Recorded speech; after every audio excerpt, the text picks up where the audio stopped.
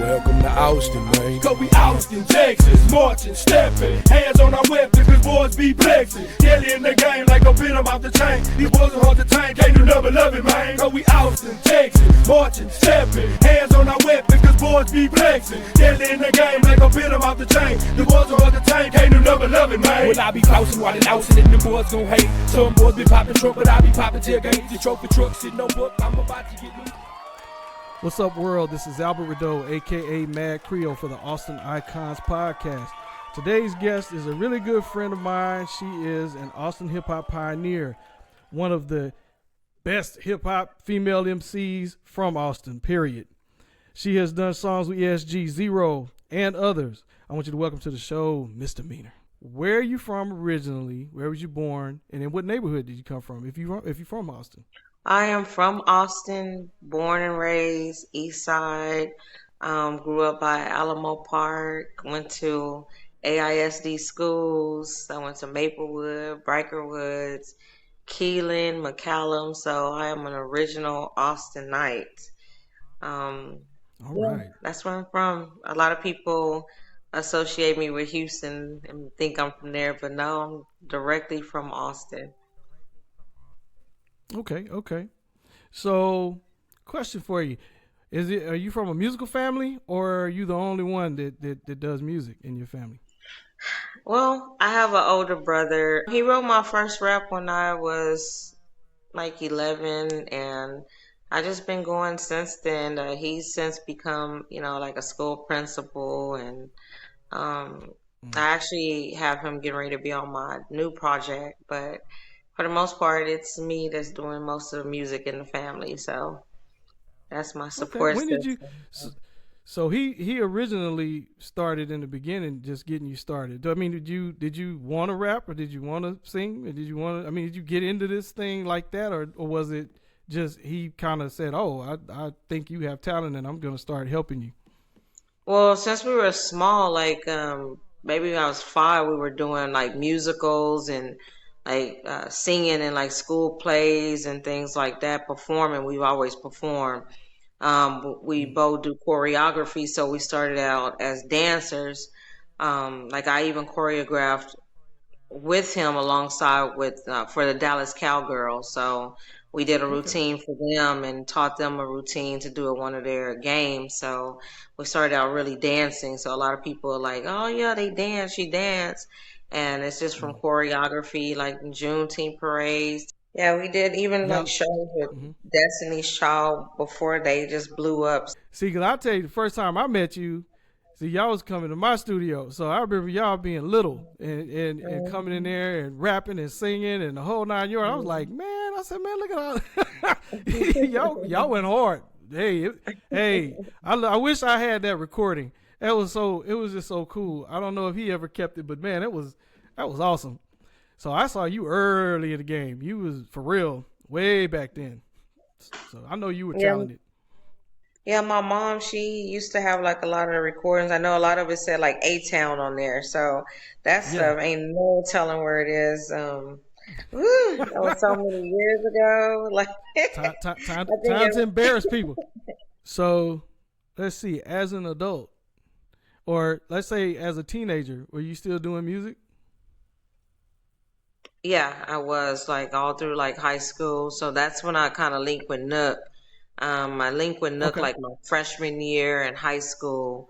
And that's when everything just started coming together like strong as far as getting the name MsDemeanor, and then performing like all through school. We was doing shows with like big names. So like the Roots, the Jungle Brothers, oh my God, like Bone Thugs, different people, Scarface, Bushwick Bill, then you had DJ DMD, you had that's when the Houston scene started becoming big, when DJ Screw was still alive. So we're doing a lot of shows with them, and Bam, Faculty, if anybody know, like Lil Flea, KB, man. K Reno, like everybody. K Reno.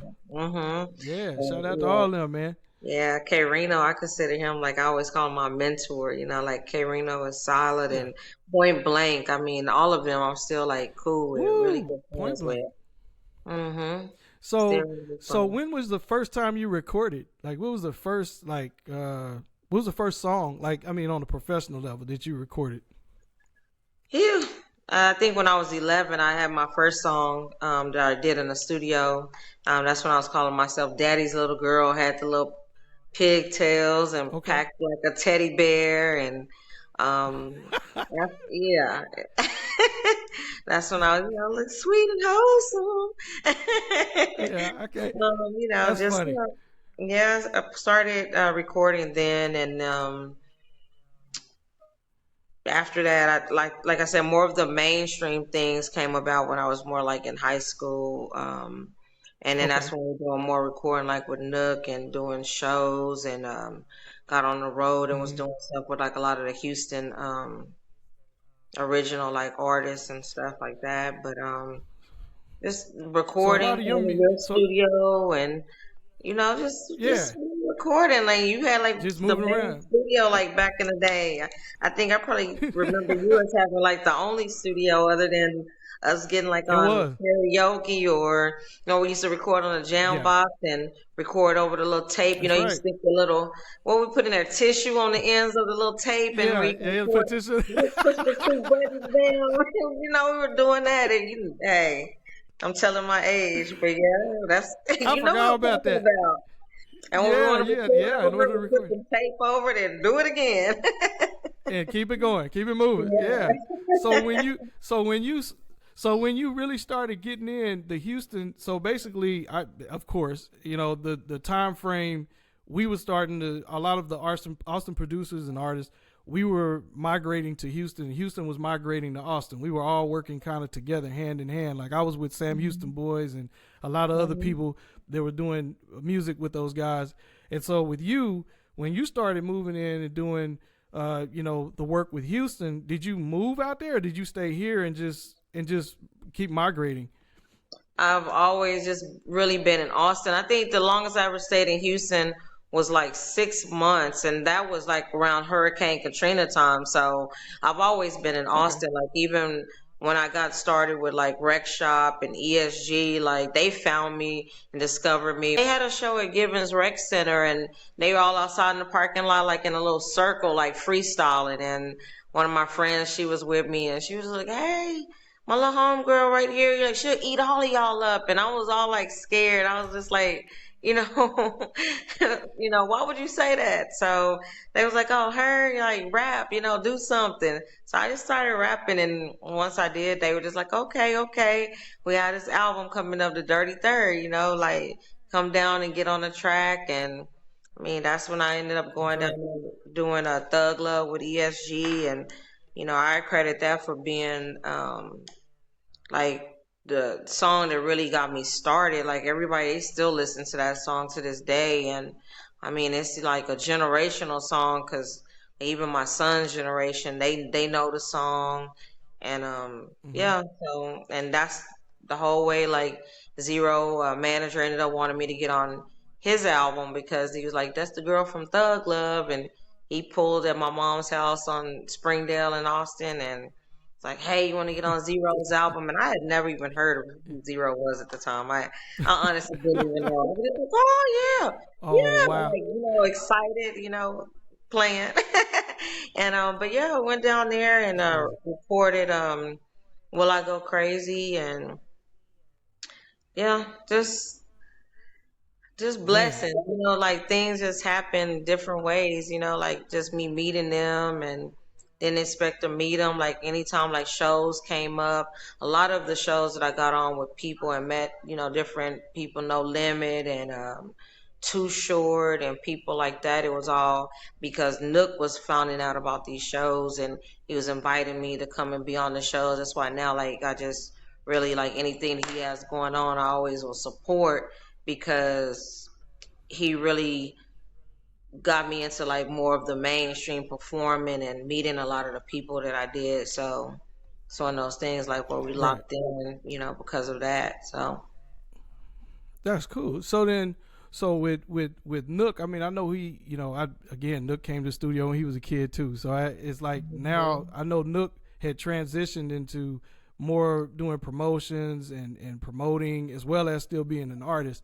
And I'm gonna get him in here too. But so you two together in the future. So once you had gotten established and you started doing more work, both of you were pretty much working together, just hand in hand, just out there, just moving and moving and moving. So that's crazy. And that's something about the city a lot of people don't realize, that there's so many of us that's been out there, you know, touring and moving, and you're one of the ones that really, your name, it rings. Even when I was in Houston, I was working and people would just be like, man, MsDemeanor, MsDemeanor. I was like, MsDemeanor. I didn't exactly know who I thought it was you, but I wasn't sure. I thought it was a Houston artist because they would keep on, you know, it's like a lot of the Houston guys. They were like, no, MsDemeanor. And I'm like, okay, wait a minute. So where's she from? Austin. I said, oh man, yeah, she dope. She from where you from? I'm like, yeah, I know, right? And I would be poking fun at her. Yeah, she dope, right? Yeah, she come up here and tear up all y'all. You know, I always just have fun, just enjoying each other's company, talking crazy about all the artists that we have in Austin who were really, really good, like Nook and you. And like Baxter, it's a lot, man. James, all them, like, you know, I remember going to, it used to be called, what was it, Hip Hop City back then?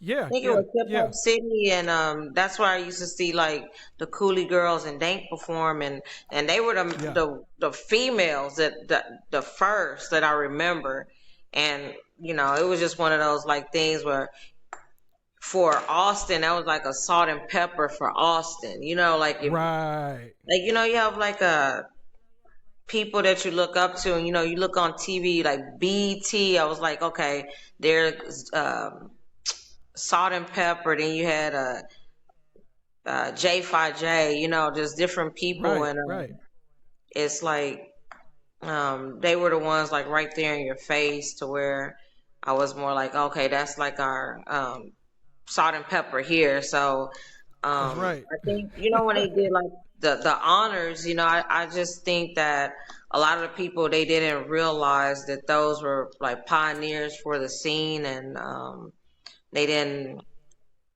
really respect the fact that those were like the first females.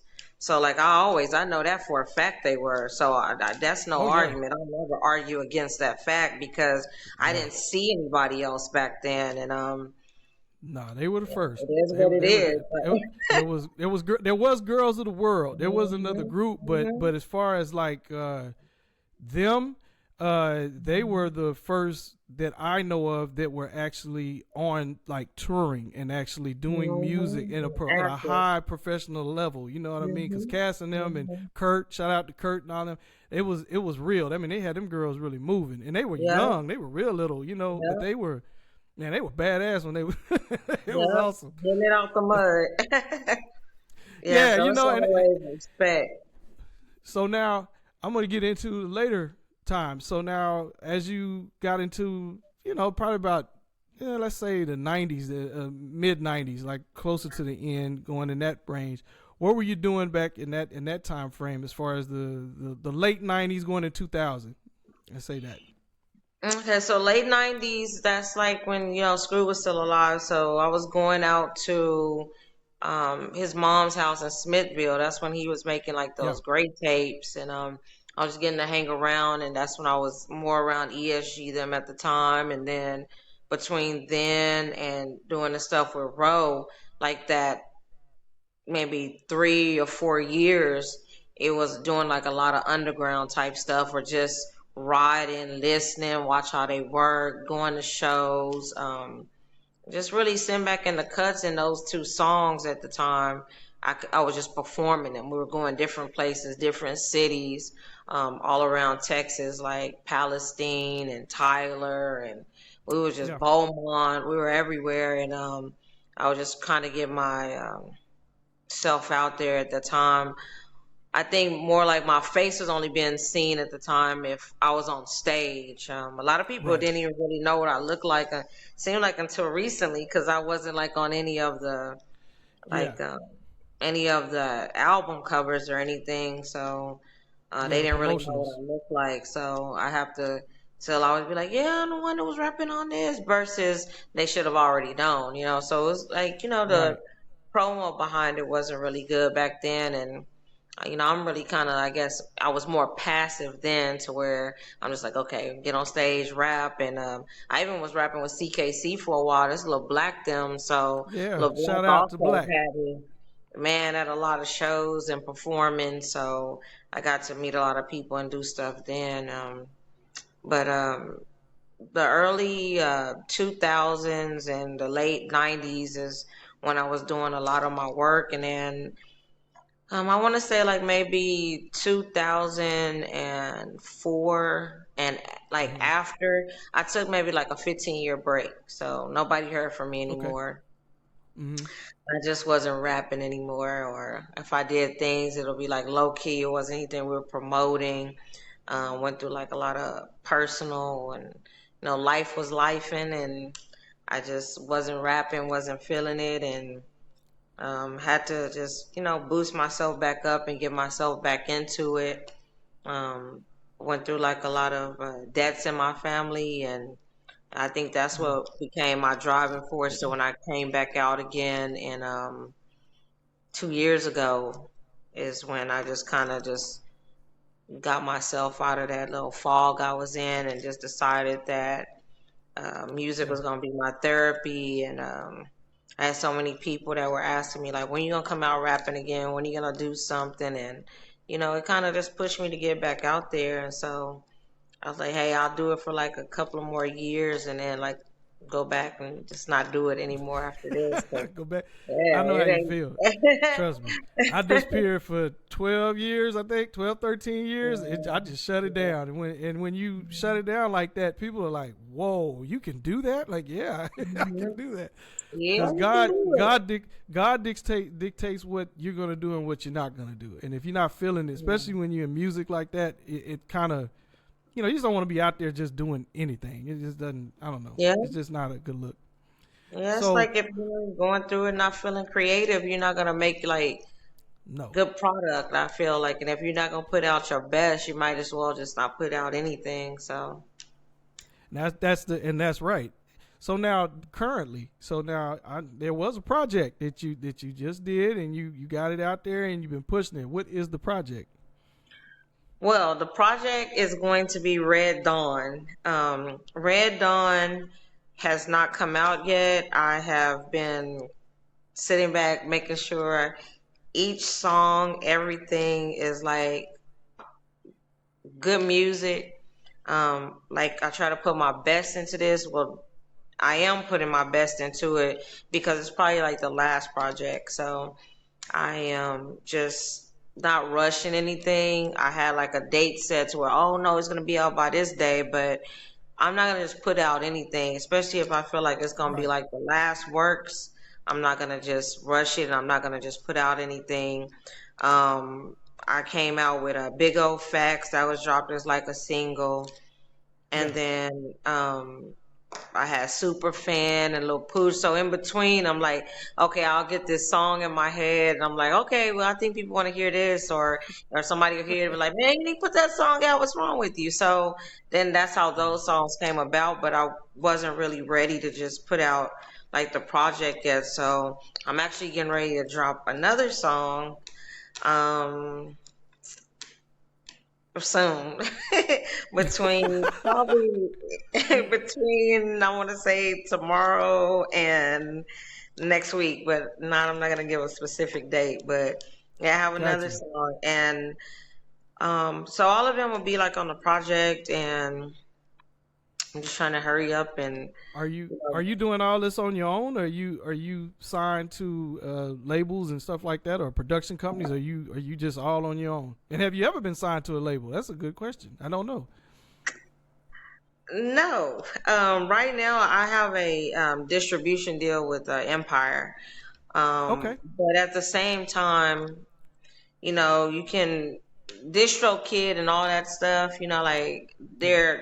it's pretty much all the same. You getting the same. It's Yeah. for the most part, a name doesn't make this artist better, that artist better, like it's all the same, as long as the people getting to hear the music, That's right. um, names don't matter, you know what I'm saying? Because No. I think my biggest royalty check came from DistroKid. you know. So, Right, right. so it is what it is. Me and Cass was So talking about that the other day when he was on here. He said, "What?" He said, Albert, what was your? How much did you get your first? Do you remember your first check?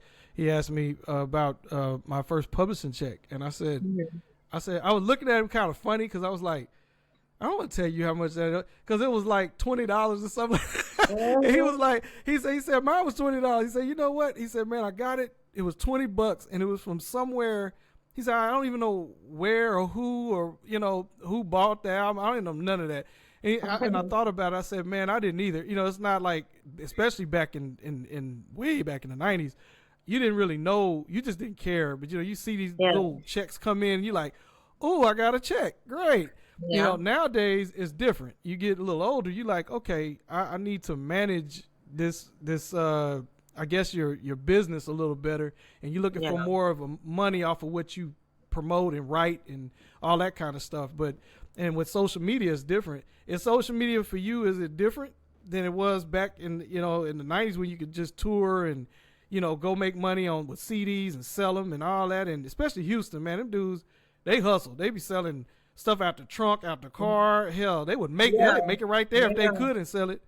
But this Exactly. Yeah. internet's different. Internet's a whole different thing.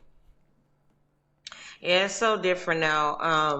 I know back then, like we were just going to like advanced sound systems or whatever, and they Yeah. print up like the CDs. And I mean, I think like one weekend I got them to print up like 500 CDs for me, and I went to like Illusions. That's when Illusions was jumping, and we saw Yeah. all them CDs at night, and I'm like, woo, I gotta go off. I made that money, and I'm like, yeah, and but that was the thing, that's what we did. Like, it's funny because like Trey, when Gorilla Mob was out, it was me, him. He was showing me how like to do a lot of the in stores and things we were doing Right. like from Music Mania. So me, him, J Tom, we were riding, and we got out at Midtown. He was like, hey, just y'all get out and see if anybody want to buy the CDs or whatever. And That's we right. just were walking around Midtown parking lot like just selling them, and people would buy them. They would look, or we just have them pop it in right there and listen. They hear, oh yeah, yeah, let me get it, or they'd be like, no, no, I'm not interested. You get that all the time. So now everything is kind of like you sit behind a computer and promote, and it's way better as far as being able to reach, I feel like, more people Right. versus Right. walking around the parking lot. But at the Yeah. same time, that walking around the parking lot, I feel like we might Man. have made more money walking around the parking lot Oh yeah, and you than, made more contacts too. People remember you because yeah, you right there. I hmm, mean, you like, hey, won't you yeah, buy my CD? And they, oh, let me yeah, listen to it. Now they can talk to you like in hmm, person. It's a little yeah, different on internet. It is yeah. different, and the money is not the same. These views is not the same as money. Yeah, I try to tell my son, like, in different people, I'm like, man, I remember we didn't even have the internet. Like, you No. remember the internet was not there when I went to McCallum. I forgot what year, maybe my sophomore or junior year. That's when the internet was just now coming out. I was like, the internet, what is that? Like, and it came out, but like now, it's there, and everything is pretty much done on the internet. So you gotta kind of roll with the times, but. I still, even now would rather just be out like getting out selling CDs, and it's just a different Yeah. feeling to it. It feels like you're putting in more work. It's Correct. you grind, and you really really grinding versus just, hey, get on the internet and just sit there and just wait for it. Like, I like being out there in people's face. It's just like, you see like Different the world. Muslims selling the newspaper. They out there, they could Yeah. be on Yeah. the internet. It's just like being a foot soldier. Like, I just like that grind. It's just like um just being in a Yeah. street game. You can't do certain things on the internet that you can do like in the streets. So I mean, I No. like that. I like that better. I really do. I still prefer it over anything, even if it's just Yeah. passing out flyers to get on the internet. Like, that's why I really like South by Southwest, because that's when you're seeing a lot of like the old type of way of promoting, because you're actually out Right. there handing things out, directing them where to go to get it, and in the person's face versus on a computer. So Yeah. It's a different world. It is a different world, man. I mean, we used to tour off of that. I mean, you could sell, like you said, you could do 1,000 units in one little town, and then that would give you money to go to the next city, and give some more money to the next city, and you just keep on touring and moving and moving. And plus, you just get a lot of fans. People just they love the fact they have something tangible. They can put the poster on their wall, or they can take the CD and they can write on it. You can put your name on it, and they can keep it. The internet is different. Like you said, you can reach a lot of people on the internet. I mean, way more. It's like your own distribution network for yourself. But it's hard to get the people to, I guess, feel what you're doing. I don't know. It's kind of weird. But I like to be more hands-on, like hands-on. And I mean, I've gained like more fans just getting somewhere. Like even if the people didn't know me when I first got on stage, like when you get off the stage, you're gonna always have at least one new fan, and that really is the goal. It doesn't matter. Like that's right. You're not gonna always get, I got 100,000 new fans, 100 more fans. There's even one person just coming up to you and being like, "Hey, man, you went hard. I really appreciated your show. I was listening to your words," things like that, and especially when it's coming from different ethnicities, I really can appreciate that, See, I just said, like time, it. Like time is just different, but it is like you said, it's kind of but at least you have that experience. A lot of artists don't have that. They don't even know what that is, so they barely get started. It's all internet for them, and then it's hard for them to go to shows and hard for them to meet up with fans because they don't know how. If you think about it, they don't even know how to talk to them because they've been talking on the internet so long, and it's not really talking, it's just chatting. So when you get in front of people to do a performance, it's like, oh my God, these are real people. And they done paid their money to see you too. But so what we gonna do in the future? What's going on in the future for you? What is next besides the product? I know you said this is the last one. Maybe you might. If it really does well, maybe you'll do another thing. But I mean, are you gonna go into just like not performing or not doing any music, or are you gonna start? I don't know, maybe managing artists, or what is the next chapter for your life? well, I mean, I've had like artists, like male and female, approach me like about ghostwriting. Some labels want me like to ghostwrite. Like, hey, maybe you might feel like, oh, you too old to be out there performing, but god dang, you can write though. Your lyrics, you come up with the best songs. Like, can you like ghostwrite for the artist? So like, I'm into that like all day long. Like, I don't have to. Some people have an ego thing where they have to be the face. They have to be the one out there. They like, but not me. Like, what I'm saying?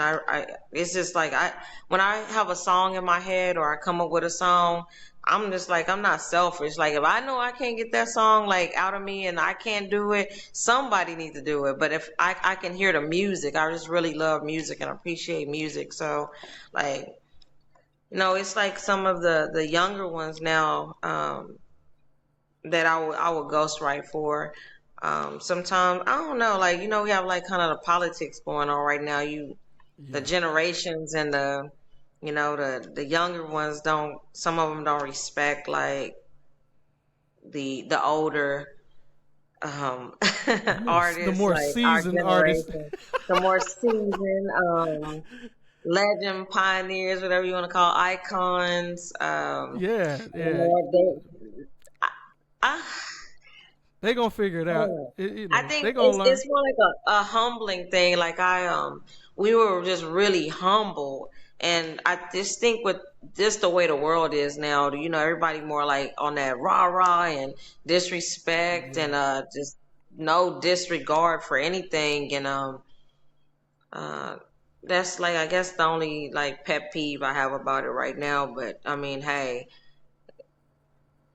It's just the times we live in, but I just really wish that they were, I guess, more respectful and understand that we not come before them, then, it might not even be what it is now.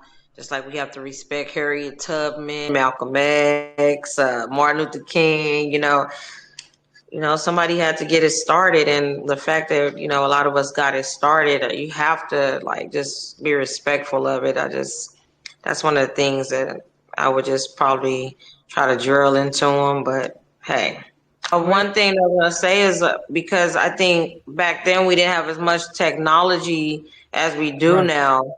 And a lot of the things weren't recorded as far as documented as well as they can be now. Now you do something on the internet, that's going to stay there. You just Google and you're going to find it. Like we was just writing, like we in notebooks and things like that. I have rhymed like in notebooks. I don't know where them notebooks at. I don't know where those tapes at. I don't know. And it's sad, but I mean now, like it's better ways to record it, document it. That's like how they did the thing with the music library that I hooked you up, with Andrea or whatever. Is they're just trying to get a lot of our stories and just put in the history books. You have to. Same thing like with the Bible. You have to document stuff or nobody will ever know about it, and you become like fossils and just gotta wait for people to dig and find you. But they get the wrong story. Yeah, they get the wrong story. Yeah, somebody telling your story for you, and that's what I don't want. I want nobody telling my story. Let me tell my own story. I can tell you what happened.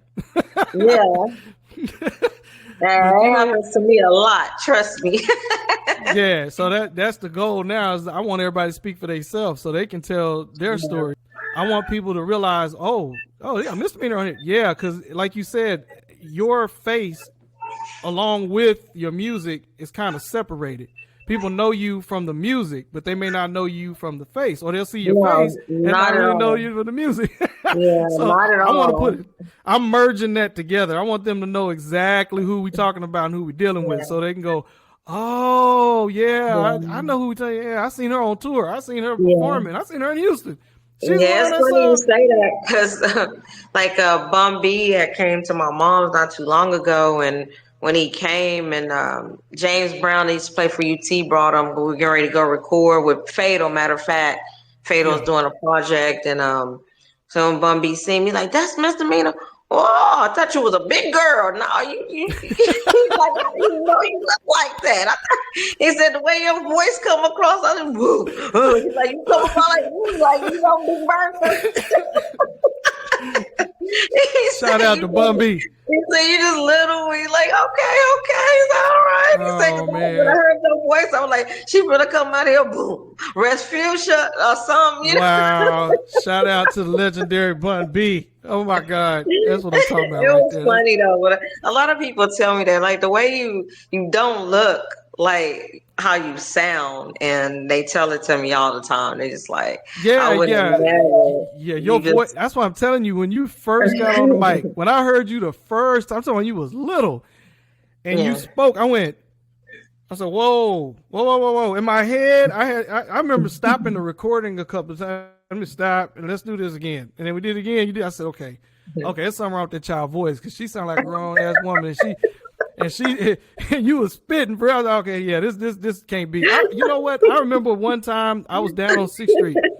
I was walking, and I didn't have none of my people around me. I was just down there. I don't know why I was down there by myself, but I was down there and I was walking, and I passed by a club, and I heard this voice, and it was like, yeah, and I could hear the beat banging, but the voice, I was like, man, I know that voice. What is that? And so I started following it until I got to the club.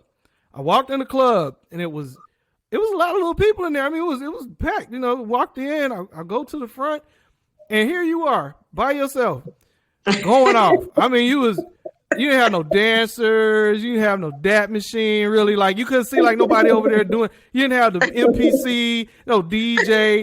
It was on DAT. It must have been a DAT because you was just. Oh man, you was going off, man. You was just, and the crowd was just like, they were on it. And I was like, man, I said, what the hell? I said, she just killing it by herself. There's nobody up there with you. And I think you came off stage, and I said, hey, what's going on? You say, hey, what's going on? I gave you a hug. And I said, what the hell is going on? Oh, I had a little show right here. Now, this is what's crazy. You literally got your dad. You walked across the street to the next club down. Across the street, put the dad in, MsDemeanor. Yeah, and I said, "Oh snap!" And another little bit of a crowd came in there and started going because they don't know 6th Street back in those days.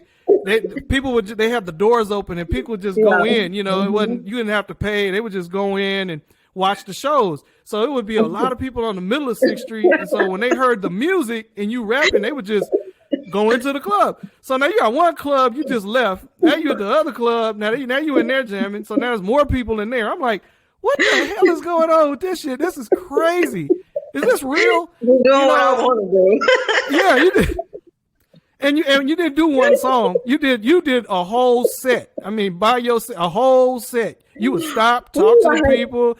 I have to be a teenager because I don't even think I'm long-winded like that anymore. Man, I was like, whoa. I said, she's killing it by herself. She doesn't need a group. No, I mean, just killing it.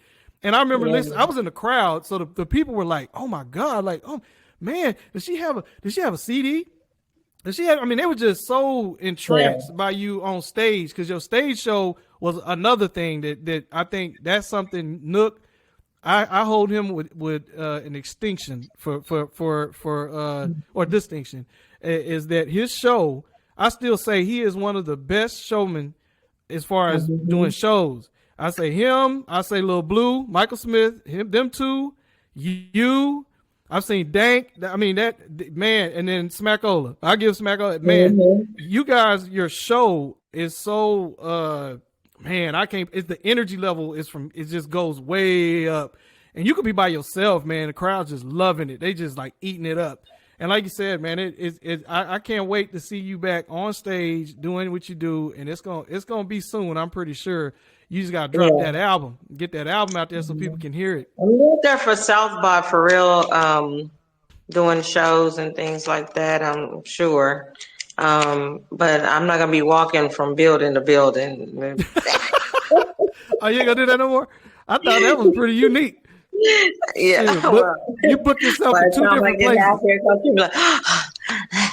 I don't know how you booked yourself in two different clubs so you could go do both shows. That's crazy. That's new. That's some Prince stuff. That's Prince. I can only say probably then it was a lot of open mic shows back then. Remember, it was a lot of open mic. So I can see that being a possibility. It had to be open mics going on, you know. That's when, like I said, Dank and all them, like, hey, we have an open mic here. Y'all just come and you show up by a certain time and sign up and you're going to get on stage, you know, and do it that way. It wasn't, you pay this fee. Now it's a lot of fees. They're like, hey, you want to perform? That's we got crazy. these time slots and performance slots. Man, we never had to go through that. Like it wasn't heard of back then. I have never paid to do a show in my life and will never ever do that. And none of my artists that I ever had has ever done that. And we will never do that. That's not we didn't do that back then. It was, so anyways, but I'm looking forward to seeing everybody. I know everybody will come together like for South by or at least be out and about and trying to put together like this all female show. I know Adrian from the Sam Houston Boys, he was trying to get it together and do it. And the spot that he was going to have it at, I think they have something going on at that spot. But I told him don't let that stop it because it would be like a good show. You know, it's like me. You talk about Chiquita and there's different people, Black Child and you know, I remember Jade and everybody. So we're trying to get all the females out and just everybody. If we could all just unite and come out and nobody just trying to feel like they just got to be the queen of it all. Like everybody got their own like crown. You know, everybody got their own crown. Everybody's different and everybody voices, styles are different. Like I don't never like I never been one like competitive or cocky or anything like that. So that's one thing that I look forward to working with or performing or being around people that are, you know, like-minded like that. I just, you know, it's no need for it. You know, if, you know, talent speak for itself and, you know. Well, like you said, everybody has their own, you know, even if the fan base is all gonna be there for all of you. It's not just gonna be one. I'm here just to see. You know, it's not like that. They want to see all of you, and that's what And shout out to Jade, man. That's my girl. Man, I ain't seen her in Yeah. decades. I met her through Smacola, and I haven't seen her in forever. But I know that she's gonna pop out because her name came up, and somebody had said they just spoke with her, and I think she's gonna pop out for real. She's gonna come That's out cool. soon. I hope so, man. I met Jade and them on tour. Jade and Smack. We was on tour. I was coming back. I was with 2 Live, and I had came back from hell, I don't know what state I was in, but I had came back through Killeen, and I think we bumped into each other in the hotel room up there, and I had met Jade and all them. Man, Jade was dope, boy. She was hardcore back then, boy. Yeah. She was on one. Yeah, it's a lot of it's. Hey, man, it's room for everybody. I don't care like how old people, the younger ones, they like, hey, y'all old people need to go sit down. It's our time. But then some of the young ones, I don't feel like some of their talent, some of the ones that talk like that, their talent to me isn't up to par to talk that way. Yeah, I'm one of them. Sit me down. I want you to sit me down. Show me how to sit me down. Let your talent sit me down. If you can do that, then you really are on one. And that's the way we were brought up. If you that live, even the older artists that we was with, you didn't play with them old dudes, man. Back when I was touring, and no, they would smack you around, boy. They would get up on the stage and tear your little ass up. Yeah, I mean, I don't recall us all just like nobody disrespecting other artists like that. It's just that's something that just came about. We didn't do that back then. You might be thinking something in your head, but we didn't. We never disrespected artists. Like, so that's one thing. I don't think we ever get back to them old days, so we might not talk about it anymore, but no, they gone and it go. But you can bring them back. You can bring them back. You might can bring, you know what? It's really the professionalism. It's not really the, time is gone. But if enough of us are out there teaching and talking and getting those artists and pulling them aside and, hey man, this is the way this works. They're gonna have their way of doing it. But they need a little bit of that sauce that we had back then, just so you can. I mean, do you want to make money or do you not want to make money? That's the way I look at it. Do you want your talent to grow? You want to be the best? Then you got to take it from the people that actually went out there and did it, so you can learn how to do it and how to make money, or learn even the bad things about it. Just all of us went through contracts and money loss and this kind of. You need that information so you don't go through it. You don't want to go through that, but because the industry's still devious, it's still especially for the females. Like, I mean, now you have like a plethora of females, but man, it's not be a lot of us. So no, we went through a lot. So now if the disrespect, I just be like, you have no idea how easy you have it. We went through a lot. It's like one of them things where, you either lay down or you ain't gonna, so you know what I mean. But we went through a lot. We went through a lot. So, because it'd be one female per show. Huh? Yeah, it'd be one female per show. It'd be like you have a bunch of dudes and like one maybe two. And that's all you're gonna let on. They like, we already got a female on this show. All the time I heard that. We already got one on here. It's just like, well, why does it have to be one? Right. Now you have. Why is it one? We already have one. Now there's like a million of them recording, and they're all over the place because social media has given them a more of an outlet, which is cool. I'm loving it. I'm glad that there's so many, because it was hard. I mean, back, especially you got to think Salt and Pepper and MC Light back in that day. Oh man, there was no women in the game. Zero. Except them. Yeah, my new single that I'm getting ready to drop. It's like a salute to one of the pioneer women. So it's just a teaser for it. But cool. I can't wait to hear that.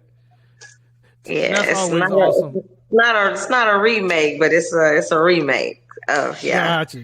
Yeah, so it's a salute. So I know you busy. I'm gonna let you get back to your life, and but what we gonna always do here, because I really appreciate you coming on and like us being able to talk. I know we was having some technical difficulties, but we gonna figure it out.